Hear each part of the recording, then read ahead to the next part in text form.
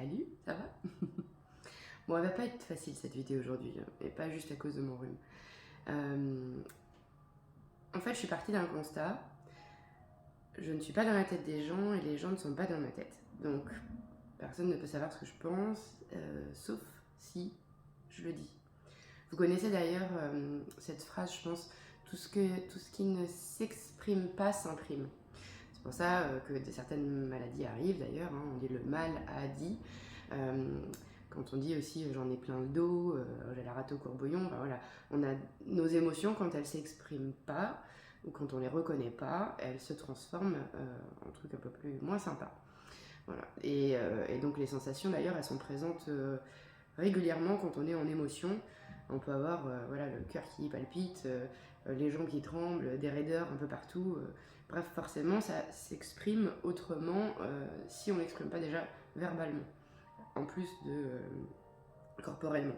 Et donc là, récemment, on m'a demandé pourquoi j'avais une réaction comme ça. Et donc j'ai dit, j'ai fait part de mes ressentis et de mes besoins.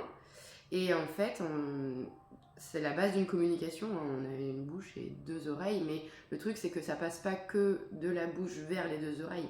Ça passe aussi par le cerveau qui a ses propres filtres. Hein. On n'a pas du tout la même vision du monde dans un sens et dans un autre. Et pareil, ça passe aussi par le cœur, forcément, nos émotions, hein, la partie émotionnelle. Par l'interprétation qu'on a, la proximité d'une personne, quelqu'un qu'on ne connaît pas du tout, on n'aura pas le même impact émotionnel que quelqu'un avec qui on est proche et tout ça.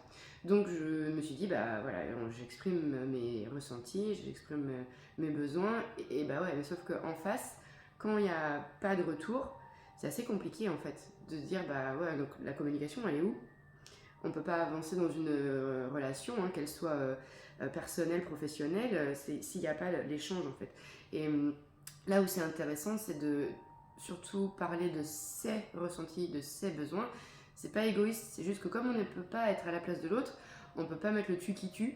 Donc voilà. Donc si vous avez une astuce, une idée sur comment arriver à exprimer ses besoins autrement et que l'autre en face puisse l'entendre.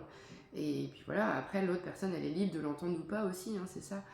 On ne peut pas forcer les gens à comprendre notre ressenti et on ne peut pas non plus se mettre à leur place sauf s'ils nous expliquent ce qu'ils pensent. Voilà le système de la relation, qu'elle soit amicale, amoureuse ou professionnelle, c'est de toute façon la même chose. Il y a deux personnes avec chacun leur filtre et donc si on ne communique pas, eh ben, ça devient compliqué. Et en plus comme ce qui ne s'exprime pas s'imprime, autant quand même communiquer, hein? Qu'est-ce que vous en pensez? Bon, croisons les doigts, ça va le faire. Bonne journée, prenez soin de vous, ça envoie la joie. Ciao.